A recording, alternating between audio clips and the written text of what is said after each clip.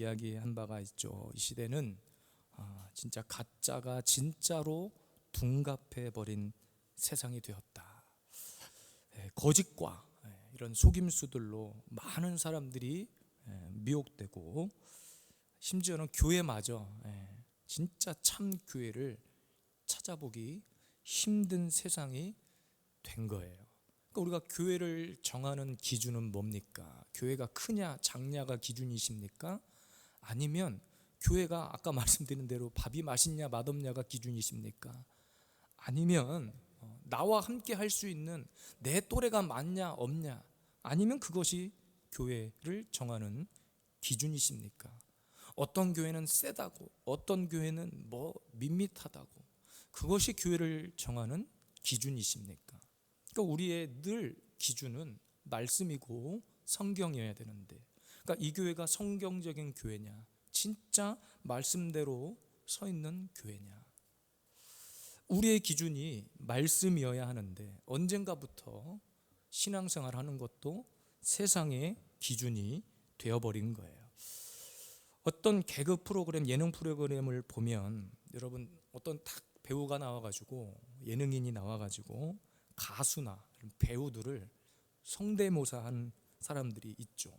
누가 봐도 다 진짜 그 목소리를 기가 막히게 흉내내는 그런 사람들이 있어요. 제가 어떤 과거에 봤던 예능 프로그램에서는 성대모사로 그 가족을 속이는 것까지 제가 본 적이, 가족도 속아 실제로. 얼마나 목소리가 똑같으면 그래요. 닮은 꼴 연예인도 있어요. 진짜 누가 봐도 비슷하게 생긴 그런 사람들이 있죠. 꼭 쌍둥이처럼. 그러니까 요즘은 여러분 딥페이크라고 해가지고 AI 기술로 진짜 똑같이 사람을 만들어냅니다. 이런 거예요. 예를 들면 제가 트럼프 대통령을 만날 일이 있을까요 없을까요? 평생 살면서. 있을 수도 있어요. 있을 수도 있긴 한데, 특별한 일이 없으면 제가 그분을 바로 앞에서 대면할 일도 없고, 그분을 우리 교회에 모실 일도 없고. 그런데 이 딥페이크 AI 기술이면 모실 수 있어. 마치 옆에 앉혀놓고 대담을 하는 것처럼 똑같이 만들어낼 수 있어요. 제가 묻는 말에 실제로 대답하는 것처럼 그렇게 똑같이 만들어낼 수 있어요. 우리는 이것을 유사품이라고 합니다. 근데 이것은 말 그대로 유사품에 불과하는 거예요. 흉내내는 것, 패러디하는 것, 유사품에 불과합니다. 성대모사를 했다고, 딥페이크로 그 AI로 만들어냈다고 해서 내가 그 사람이 되는 것은 아닙니다. 그래서 마지막 종말의 시대에 예수님도 뭐라고 그랬냐면, 많은 사람들이 나타나가지고 내 흉내를 낼 거다 그랬어요. 그래서 내 이름으로 내가 여기 있다 저기 있다 하여도 미혹되면 안 된다. 그래서 예수님은 그들을 향해서 적 그리스도다 얘기를 한 겁니다. 그리스도가 아니라는 거예요. 저는 이렇게 해석을 해요. 그리스도의 적 그리스도, 이렇게 생각을 합니다. 우리의 신앙도 여러분 마찬가지예요. 어떤 목사님이 그런 이야기를 해요. 이 시대는 종교인이 있고 신앙인이 있다. 그리고 교회 생활을 하는 사람이 있고 믿음 생활을 하는 사람이 있다는 거예요. 그러니까 교회 왔을 때는 누가 봐도 거룩한 사람이에요. 그러니까 교회 안에서는 정말 그럴듯하게 흉내를 내지만 가짜가 있을 수 있다는 거예요. 그러니까 우리의 믿음도 마찬가지예요. 내 자신이 진짜 신앙인인지, 아니면 종교인인지, 교회 생활하는 사람인지, 신앙생활, 믿음 생활하는 사람인지, 여러분 우리 안에 나도 모르게 자리 잡고 있는 이런 명품과 유사품을 우리는 구별해 내야 됩니다. 오늘 말씀 본문은 예수님께서 산상수훈, 우리가 잘 아는 마태복음 5장부터 시작해서 5, 6, 7장을 통해서 주님이 말씀하신 산상수훈의 결론에 해당하는 말씀입니다. 그런데 그 결론에 와서 주님이 뭐라고 말씀하시냐면 진짜와 가짜를 구별하겠다는 거예요. 누가? 예수님께서. 앞서 13절, 14절의 내용을 보면, 마태복음 7장 13, 14절에 보면 좁은 문으로 가는 사람이 있고 넓은 문으로 가는 사람들이 있다는 거예요. 그러니까 이것도 뭐냐면 진짜가 있고 가짜가 있다는 거예요. 그럼 진짜는 어디로 가는 사람입니까? 좁은 문. 근데 많은 사람들이 교회와 내 믿음과 신앙생활과 상관없이 넓은 문으로 간다는 거예요. 근데 주님은 이 기준을 놓고 걸러낸다는 거예요. 진짜와 가짜를 걸러내겠다는 거예요. 그럼 세상에서 살면 안 되느냐? 그 이야기를 하는 것이 아닙니다. 넓은 문의 의미와 좁은 문의 의미를 아마 여러 번 설교 중에 이야기했기 때문에 다 그 의미는 알고 계실 거예요. 그러니까 힘들지만 어떤 환경에서도, 아까 우리 마지막에 불렀던 찬양의 가사가 뭐예요? 부르신 곳에서 나는 예배하네. 어떤 상황에도 나는 예배하네. 어떤 상황에도 예배할 수 있는 사람이 좁은 문으로 들어가는 사람입니다. 시간이 남아가지고 제가 어제 단체 문자를 그렇게 보냈어요. 기억나십니까? 시간이 남아서 나오는 주일 예배가 아니라 모든 세상의 삶을 내려놓고 오늘 이 하루의 삶을 위해서 우리는 올인하는 거거든요. 올인. 이것을 우리는 구별해 내야 됩니다. 그래서 오늘 말씀해 보니까 결론적으로 이 구별이 안 된 사람을 23절에 주님이 뭐라고 말씀하셨는가? 무시무시한 말입니다. 내가 너희를 도무지 알지 못하니. 비극인 거예요. 교회 열심히 다녔다니까요. 나와서 봉사도 했다니까요. 교회가 힘들고 어렵다고 할 때 헌금도 드리고 내 재능을 쏟고 헌신하고 봉사하고 다 했다니까요. 그런데 어느 순간 주님이 나를 알아보지 못하는 유사 기독교인이 된 거예요. 겉으로 보기에는 저 정도 교회에서 봉사하고 저 정도 교회에서 헌신했으면 저런 사람은 정말 천국 1번으로 갈 거야 라고 생각하는 것이 일반이겠죠. 그런데 어떤 경우인지는 정확히 모르겠지만 주님이 우리를 평가하실 때 내가 너를 도무지 알지 못한다 라고 얘기할 때가 있다는 거예요. 이스라엘 백성들이 광야에서 40년 동안 예배했잖아요. 제사했잖아요. 그런데 주님이 그 예배를 받으신 적이 없대. 네가 언제 나한테 예배한 적이 있었어? 근데 이스라엘 백성들 입장에서는 황당무계한 이야기잖아요. 아니 광야에서 우리가 하나님 앞에 예배했고 할 만큼 다 했는데 주님이 모르신다네? 문제가 있었다는, 그 예배 드리는 어떤 마음의 중심의 태도의 삶에 어딘가에 문제가 있었다는 거예요. 하나님 기준에 들지 않았다는 거예요. 오늘 본문도 마찬가지예요. 그러니까 우리는 여러분 하나님께서 우리를 부르시는 그 부르심의 목적대로 살아가는 것이 진품 인생입니다. 무늬만 껍데기만 그리스도인이 아니라 종교인이 되지 말고 교회 생활 하시지 말고 믿음 생활, 신앙 생활하는 우리 교인들이 되길 원합니다. 그래서 내가 도무지 너를 알지 못한다가 아니라 내가 너희를 안다. 내가 너를 아노라. 오늘도 이 믿음의 주인공 되시기를 주님의 이름으로 축복합니다. 그럼 여러분 진품으로 사는 인생, 껍데기만 그리스도인이 아니라 진짜 뼛속까지 그리스도인으로 사는 사람은 늘 어디를 가든지 뚜렷하게 나타나야 할 모습들이 있어요. 두 가지 의미를 살펴볼 거예요. 첫째는 열매로 증명하는 삶입니다. 16절 말씀 함께 읽겠습니다. 그들의 열매로 그들을 알지니 가시나무에서 포도를 또는 엉겅퀴에서 무화과를 따겠느냐. 오늘 우리가 읽었던 본문 17절에서 20절까지의 말씀을 보면 좋은 나무, 못된 나무가 나와요. 그러니까 각각 그 나무에 맞는 열매가 있어요. 간단합니다. 좋은 나무에는 좋은 열매, 못된 나무에는 나쁜 열매가 열린다는 거예요. 그런데 중요한 것은 어떤 열매를 맺느냐에 따라서 그 나무가 찍어서 불에 던져질 수도 있고 아닐 수도 있다는 거예요. 이건 결국에는 심판의 내용이잖아요. 그런데 중요한 사실은 여러분, 이 좋은 나무의 좋은 열매는 단번에 맺어지지 않는다는 거예요. 저는 저와 여러분들이 다 하나님 나라의 좋은 나무에 붙어있는 좋은 열매이기를 원해요.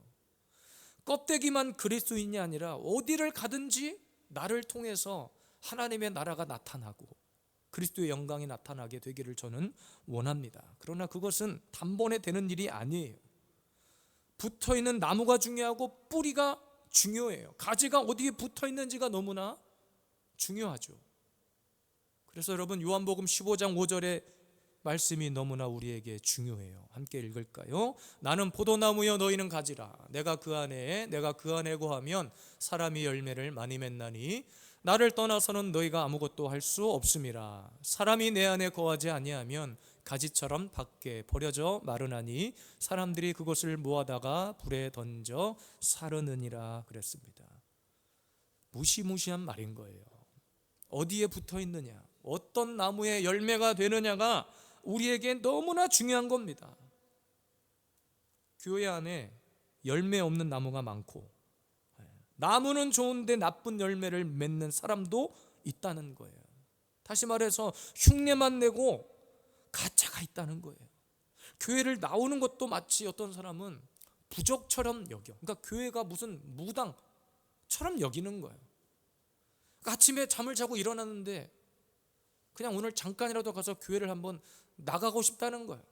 왠지 오늘 교회 안 나가면 가다가 뭐 사고라도 날 것 같다고 생각하는 사람들이 있다는 거예요. 그러니까 어떻게 생각하면 맞는 말일 수도 있긴 한데 그건 잘못된 겁니다. 그 본질적인 생각 자체가 잘못된 거예요. 그러니까 믿음이 없어 연약하여서 그런 생각을 할 수도 있어요. 그런 분들은 가르치면 되는 거예요. 그런데 내가 교회를 10년, 20년, 30년을 다녀도 마치 교회 나오는 것을 그렇게 부족처럼 생각하는 사람들이 있다는 거예요. 그러니까 어떤 사람은 안 나오자니 좀 그렇고 매주 나가자니 할 일 없어 보이고 할 일 없어서 저는 절대로 여러분들이 이 자리에 앉아있다고 매주 나왔다고 해서 아이고 저분은 주일날도 한가한가 보다 목사가 여러분을 그렇게 생각한 적은 단 한순간도 없습니다. 그러니까 여러분들이 이 자리에 앉아있는 것이 기쁨이고 하나님이 얼마나 귀히 여기시는데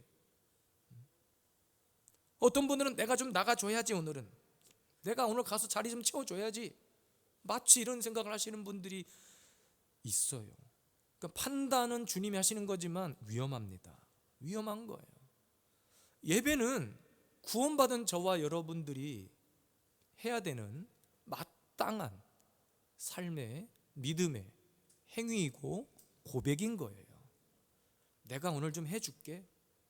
오늘 이 교회가 작으니까 나라도 가서 앉아줄게. 가끔 그런 생각이 들어요. 저도 인간적으로 욕심을 내면 여러 아는 지인들한테 연락해서 야 우리 교회 사람이 없는데 와서 좀 자리 좀 앉아주라. 우리 교회에 이번에 행사하는데 좀 앉아주라. 목사 체면이 있지. 이런 생각이 들어요 저도. 그래서 그렇게 전화를 할까 말까 연락할까 말까. 근데 마지막에는 하나님께서 제 자존심을 그러니까 제가 볼 땐 제 자존심이 아니라 하나님의 자존심을 지키시는 것 같아. 저한테 그러시는 거예요. 사람의 얼굴을 보지 말라는 거예요. 앉아있는 사람의 숫자를 보지 말라는 거예요.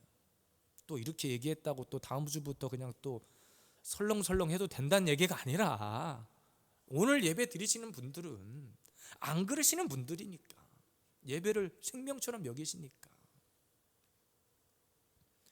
여러분 정치인들 보면 그렇잖아요. 선거철만 되면 어떻게 그렇게 없던 직분도 생기고 없던 친분도 생기고 막 등록 교인이라고 우기고 등록한 적도 없는데 등록했다고 우기고 그런데 선거 끝나면 바람과 함께 사라져버리는 거예요. 그런 사람들. 제가 몇 달 전에 우리 선거가 있었죠. 6월 달에 옆에서 전도하다가 전도지를 나누는데 선거운동 하신 분들을 많이 만났어요. 저는 전도지 드리고 그분은 명함 저한테 주고 막 주고받고 했습니다. 그리고 제가 우리 건널편에 교회입니다. 오겠다고 찾아가겠다고 한 명도 오지도 않았어요. 아마 그분들 입장에서는 자기 당락을 좌우할 만한 표와 상관없이 작은 교회니까 아마 보고 아유 저 상가교회? 에이구 아마 그래서 안 왔을 수도 있어요. 천만 다행히 안 온 것이 아마 그분들이 왔으면 맨 앞자리, 제가 새벽마다 이 자리에 앉는데 이 자리에 딱 앉혀갖고 그냥 뭐 인사고 뭐고 다 필요 없어. 그냥 말씀으로 눌러버렸던가. 그렇게 교회 열심히 하라고 드러내놓고 했던 국회의원들이 모든 성경에 반하는 악법들은 다 만들어내고 있어요. 그런 사람들이 교회 안수집사라고 하고 교회 직분자라고 얘기하는 사람들도 있어요. 기가 막힌 일입니다. 교회에 다닌다는 말이나 하지 말지. 여러분, 신앙인이 아니라 종교생활하는 거예요. 유사 기독교인이라고 말합니다. 유사 기독교인. 흉내만 내는 유사 기독교인들인 거예요. 여러분, 저와 여러분들도, 저를 포함해서 우리는 진짜라고 말할 수 있습니까? 나는 그러면 유사 기독교인이 아닌가? 남는 시간에 예배드리고 남는 시간에 봉사하고 자신의 명예 때문에, 직분 때문에 나오는 것 아니냐고요. 물론 그 직분을 받았을 때는 그만큼의 신앙이 검증됐기 때문에 직분을 다 드렸을 거예요. 그에 합당한 섬김과 봉사는 물론 있어야 됩니다. 그러나 주된 목적이 그거라면 잘못된 거예요. 다 뜯어 고쳐야 되는 거예요. 남는 시간의 예배, 저는 그걸 원치 않습니다. 우리의 우선순위가 무엇이냐? 하나님의 구원받은 백성의 가장 중요한 삶의 우선순위는 예배입니다. 근데 그 예배를 그냥 내가 직분 받았으니까 내가 나가줄게, 시간이 남아서 나가줄게, 안 된다는 거예요. 여러분, 교회 나와서 은혜 받고 성령도 받았는데 여전히 이것이 안 바뀌는 사람이 있어요. 그러니까 내가 진짜 진품으로 사는 사람인지 아니면 유사 기독교인으로 살아가는 사람인지는 오늘 말씀 가운데 한번 스스로 점검해 보시기를 바라요. 그럼 오늘부터 무조건 오후 예배 드리고 새벽 예배 드리고 수요일 금요일 드리고 막 철야하고 그래야 되겠구나. 그렇게 못해도 괜찮습니다. 그러나 우리 마음의 중심이 진짜 하나님을 두려워하고 하나님의 말씀을 두려워하고 하나님의 말씀대로 살고자 몸부림치고 중심이 주님을 향하고만 있으면 되는 거예요. 주님 앞에 헌금을 드릴 때도, 재정을 심을 때도 마찬가지입니다. 액수를 따지는 것이 아닙니다. 구약의 제사법대로 하면 우리는 벌써 다 죽었어요. 다 죽었어요. 예물을 이렇게 드리면 안 되거든요. 성경에서 드리는 예물은 정한 예물. 교회 나오면서 주머니에서 다 꺼내갖고 지갑에서 그렇게 해서 봉투에서 넣고 드리는 예물이 아니라 준비된 예물, 정한 예물, 뜻을 다해서 드리는 예물이어야 돼요. 그래서 구약의 제사법은 아무 제물이나 못 드렸잖아요. 아무거나 정결한 예물이어야만 했습니다. 그 제물의 마지막 최고의 모델이 되어주신 분이 예수님이시잖아요. 십자가에 피 흘려 죽으신 예수님이 그 제물의 모델이 되어주신 거예요.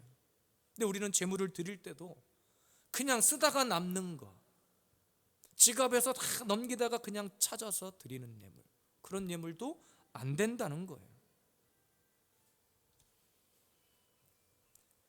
그러니까 교회 나와서 은혜 받고 성령도 받는데 여전히 바뀌지 않는 사람이 있어. 성질도 안 바뀌어. 여전히 고집불통이야. 여전히 누군가하고 소통이 안 돼. 그분만 있으면 문제가 생겨. 그분하고 대화만 하면 꼭 누군가 한 사람은 삐지고 토라지는 일이 생겨. 인내하지도 못해. 한번 돌아봐야 돼. 열매는 없고 흉내만 내는 사람이에요. 우리나라 사람은 여러분 어디를 가든지 증명이 가능하죠. 과거에는 자기 거주지 동사무소에서만 자기 증명서를 뗄 수 있었는데 요즘은 전산이 다 뚫어져 가지고 어디를 가든지, 심지어 세계 어디를 가든지 우리나라 사람은 자기가 어디에 속해 있는 사람인지를 다 증명이 가능해요.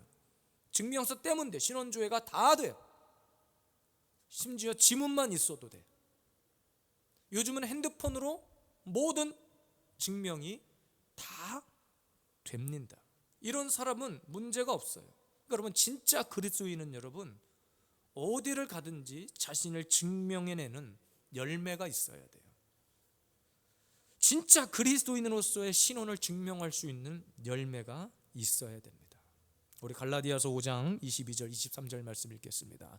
오직 성령의 열매는 사랑과 희락과 화평과 오래 참음과 자비와 양성과 충성과 온유와 절제니 이 같은 것을 금지할 법이 없느니라. 그러니까 여러분 결론입니다. 진짜 진품으로 사는 사람의 열매는 사랑이고 희락이고 화평, 오래 참음, 자비, 양선, 충성, 온유, 절제. 오늘도 내 안에 이런 삶의 열매가 나타나서 나를 증명해낼 수 있는가? 15절, 양의 옷을 입었는데 속은 이리인 사람이 있어요. 교회에서만 경건하고 교회 밖을 나가는 순간 이리로 변하는 사람이 있어요. 교회에서는 장로고 권사고 목사인데 집에만 가면 막 입이 거칠고 쌍욕을 하고, 우리 교회 과거에 나왔던 어떤 분이 그런 얘기했다고 제가 여러 번 말씀드렸었죠. 아버지가 장로고 권사였는데 집에서는, 교회에서는 정말 신실한 일꾼이었는데 집에만 오면 막 입이 막 욕이 그냥 막 나온 거예요. 막 쌍시옷부터 해가지고 무슨 새끼, 소, 개 찾고 그런 거예요. 그럼 그 아들이 볼 때 기가 막힌 거 아닙니까? 집에서는, 교회에서는 사람들이 다 칭송하고 다 존경받는 장로고 권사인데 집에만 오면 이 사람이 돌변하는 거예요. 스펙만 자랑하는 사람이 있어요. 야, 내가 어느 교회 제자 훈련 몇 기고, 내가 이 교회 무슨 개척 멤버고, 모태 신앙이고, 그런 스펙 따지면 우리 교회 박현장 권사님은 저와 함께 이 교육을 다 받으셨어. 여태까지 다른 분들 5기 받을 동안에 다 받으셨어. 본인 거, 남편 거, 자녀 거, 우리 권사님들 거, 새로 오신 거 다 받으셨어. 최소한 우리 창수도 2번은 받았어. 본인 거, 그의 측근 것까지 다 받았어. 2번이나. 이걸 자랑할 것 같으면 우리는 내세울 게 아무것도 없는 거예요. 성경을 백독하고 방언을 하고 은사가 내리고, 오늘 본문 22절 23절에도 뭐라고 했습니까? 내가 은사를 행하고 병 고치고 했는데 주님이 너를 도무지 알지 못한다 그랬어요. 불법을 행하는 자야 내게서 떠나가라 그랬어요. 무시무시한 말인 겁니다. 오늘도 내 안에 진짜로 살아가는 삶의 열매가 있는가? 어디를 가든지 나를 증명해낼 수 있는 이런 열매가 있는가? 오늘도 이 거룩한 주일 이거 한 가지를 점검하시기를 주님의 이름으로 축복합니다. 2번째 원리입니다. 진품으로 사는 사람은요, 말이 아니라 삶으로 증명한다 그랬어요. 21절 함께 읽겠습니다. 나더러 주여 주여 하는 자마다 다 천국에 들어갈 것이 아니요 다만 하늘에 계신 내 아버지의 뜻대로 행하는 자라야 들어가리라. 아멘. 주여 주여라고 하는 말이 필요 없다는 말이 아닙니다. 기도할 때 여러분들이 가장, 제가 새벽에도 앞에서 기도하자 하다 보면 뒤에서 가장 많이 들리는 소리가 주여 아버지. 저도 그래요. 기도에 막 발동을 걸 때 다른 것 없어요. 아버지 주여만 한 10번 부르면 막 가슴이 달아올라요. 그 말이 필요 없다는 것이 아니에요. 그러나 언어로만 신앙생활을 하는 사람이 있다는 거예요. 입술로 고백은 하는데 삶의 자리에서 진짜 순종의 모습으로 나아가지 못하는 거예요. 그러니까 삶으로 증명이 안 되는 사람이 있다는 거예요. 그러니까 거창한 사역을 말하고 막 봉사, 제자 훈련, 아까 말한 성경 공부 몇 기, 성경을 맺독하고 성경을 암송하고 새벽 예배 안 빠지고, 이거 다 유익한 것인 것은 맞지만 이것을 했다고 주님이 인정하는 어떤 방편이 되는 것은 아니라는 거예요. 가장 중요한 것이 뭐라고요? 행함으로 연결되는 거예요. 근데 그 행함의 기준이 뭐냐면 오늘 말씀해 보니까 아버지의 뜻대로 행하는 자라는 것입니다. 여러분 은혜를 받았잖아요. 성령을 받았잖아요. 그렇다면 가정에서, 학교에서, 일터에서 연약한 자들을 만나셨습니까? 그들을 용납하고 그들을 용서하고 정직하게 살고 진실하게 살고 내 성질도 좀 죽이고, 저도 제 성질대로 살면 이렇게 못 삽니다. 저도 말씀드리잖아요. 운전하다 보면 종종 제 안에 막 이런 것들이 쓴뿌리들이 나온다니까요. 저도 막 답답해서 막 크락션을 누르고 싶고 그럴 때가 많지만 철저하는 거예요. 왜? 옆에 아내도 타고 있고 뒤에 자녀들이 타고 있는데 거기서 제가 막 무슨 쌍욕을 했다고 생각해 보십시오. 열은 받지만 에헤이 하고 그냥 마는 거예요. 눌러내는 거예요.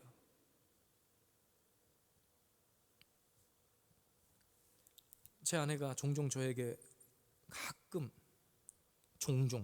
같은 말입니까? 가끔, 종종, 자주 하는 말이 있어요. 집에서 쓰레기를 버리러 갈 때도 편한 옷을 못 입게 하는 거야. 누구라도 마주치면 어떡할 거냐고. 그게 무슨 말이냐.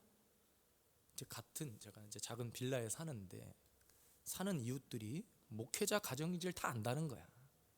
그러니까 반바지 입고 어디 그냥 티 하나 입고 이렇게 돌아다니지 말라는 거야. 아니 목사도 집에 오면 좀, 아니 교회에서는 이러고 입고 있어도 편하게 입고 싶은 거 아니냐. 근데 어떤 상황에서는 제 아내가 하는 말이 맞는 말인 거죠. 그 쓰레기를 버리고 막 후딱 버리고 오고 싶은데, 이렇게 뭐 양복까지는 아니어도 쓰레기 버리러 갔는데 뭐 넥타이 메고 뭐 이렇게 나갈 수는 없잖아요. 그래서 옷을 반바지 입으려고 한 것도 긴 바지 입고 이렇게 나가려고 하는 거예요. 그러니까 내 마음의 몸가짐을 다시 점검하는 거예요. 어디를 가든지 나를 증명해낼 수 있는 거죠. 제가 부교육자 시절에 부목사 때 사귀었던 교회에서 만난 어떤 장로님인데 당시 안수 집사였어요. 그런데 그 지역의 교단, 제가 속해 있는 교회의 그 교단 신문 지사장으로 일하시는 분이었는데, 무슨 대화를 하는데 아무도 자기가 뭐 직분을 물어본 적도 없고 그랬는데 그냥 꿀렸나 봐 스스로가. 갑자기 뜬금없이 이번에 제가 가을에 장로 단다고 이렇게 얘기를 하는 거예요. 제가 귀를 의심했어. 장로를 단다고? 장로를 달아? 그러니까 장로, 교회에서 직분 받는 것을 무슨 계급 정도, 자기 스펙 정도로 생각을 하신 거예요. 그분은 지금 실제 장로가 되셨고 우리 합동 교단 안에 교단 총회에서 많은 일들을 하시더라고요. 제가 개척한 이후에 어떤 세미나에 가가지고 한번 뵌 적이 있어요. 인사는 하진 않았어요. 그냥 멀리서만 이렇게 뵀어요. 앞에서 막 이렇게 활동하시더라고요. 장로님이 되시기는 했어요. 그러니까 여러분, 대형교회 어떤 직분자가 돼서 홈페이지에 자기 사진이 올라가고 하는 것을 스펙으로 여기고 마치 이것은 주님을 이용한 자기 비즈니스야. 비즈니스. 신앙과 상관없어. 종교인 활동을 하는 것뿐이에요. 그러니까 저는 이런 분들을 또 얘기합니다. 유사 기독교인이라고. 저는 이해 안 가는 것이 있어요. 교회마다 명예직이 있어요. 명예 집사가 있고 명예 장로가 있고 명예 권사가 있어요. 저는 이걸 이해를 못 하겠어. 혹시 제 설교를 듣고 불편하시다면 이해하고 들어주세요. 성경 어디에도 없는 직분이 명예 장로고 명예 권사고 명예 집사입니다. 누구의 명예를 위한 직분인 거예요? 그 사람이 교회의 명예를 세워서 명예라고 하는 타이틀을 붙여준 건지 어떤 기본적인 기초적인 의도는 제가 알겠지만 성경이 없는 직분입니다. 뭐 헌금 많이 냈으니까, 내가 교회 건축한다고 할 때 막 집 팔고 땅 팔고 했으니까 명예로 직분을 주는 거예요? 과연 누구의 명예를 위한 거예요? 그냥 살면 돼요. 말이 아니라 진짜. 그래서 여러분, 진품으로 사는 인생은요, 입술로 주여 주여 하는 고백으로 끝나지 않고 삶 속에서 작은 자리에서부터 순종하며 나아가는 사람을 말합니다. 주님의 뜻대로 살기만 하면 돼요. 목사는 목사답게 살면 되고, 구원받은 성도는 성도답게, 집사답게, 장로답게 말씀대로 사십시오. 잘못하면 여러분, 무늬만 껍데기만 그리스도인으로 전락할 수 있는 겁니다. 이 시대의 정서적 카타르시스 신앙이라는 게 있어요. 이게 뭐냐면 단순히 내 감정의 만족, 감정적인 만족에만 머무는 신앙을 뜻합니다. 예를 들면 이런 거예요. 어떤 젊은이들이 찬양 집회 가가지고 막 두 손 들고 뜨겁게 찬양하고 눈물 콧물 흘리면서 은혜를 받았어요.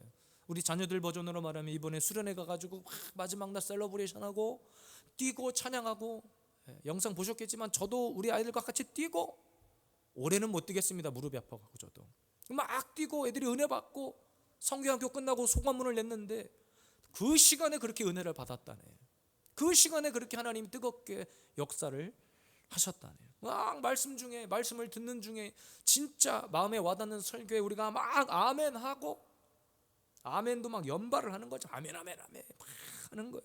그러니까 여러분, 주여 주여는 부르짖었지만 진짜 교회 밖을 나가서도 우리가 그렇게 사느냐, 그것을 묻는 거예요. 그러니까 이런 모습은 우리가 하나님을 사랑한다기보다는 종교적 행위가 주는 그 감정적 카타르 시스에 머물러 있는 겁니다. 이것을 우리는 유사 기독교인이라고 거듭 말하는 거예요. 그러니까 주님이 원하시는 것은 우리의 감정의 흥분이 아니라 작은 순종이고, 내 삶의 터전에서도 내가 여전히 그렇게 살아가기를 주님은 원하시는 거예요. 저를 포함해서 누구든지 언제든지 우리도 이런 유사품이 될 수 있어요. 짝퉁이 될 수 있다는 거예요. 지금 내 안에 있는 가짜들이 무엇인지, 내가 말만 하고 행하지 않는 것들이 무엇인지 돌아봐야 됩니다. 말만 화려한 그런 야바이꾼이 되지 마시고, 야바이꾼 아시죠? 옛날에 농촌에 이 약 한번 잡숴봐, 이 약을 먹으면 우리 어르신들 관절 무슨 뭐 관절염 류마티스 한 번에 해결되고 뭐가 어떻게 되고, 먹었더니 그냥 비타민이야, 그냥 비타민. 근데 그것을 속아가지고 화려한 언변에 속아가지고 1, 2만 원이면 살 것을 막 몇십만 원 주고 사는 거잖아요. 그런 야바이꾼이 아니라 우리는 하나님의 뜻대로 순종하는 진품의 삶을 살아가시기를 바랍니다. 우리 마지막으로 데살로니가전서 4장 3절 말씀 받고 마치겠습니다. 하나님의 뜻은 이것이니 너희의 거룩함이라 곧 음란을 버리고. 하나님의 뜻은 뭐다고요? 거룩함. 거룩함이라고 하는 뜻은 구별되다라는 뜻입니다. 세상으로부터, 우리는 어둠으로부터 구별된 빛나는 인생 되시기를 주님의 이름으로 축복합니다.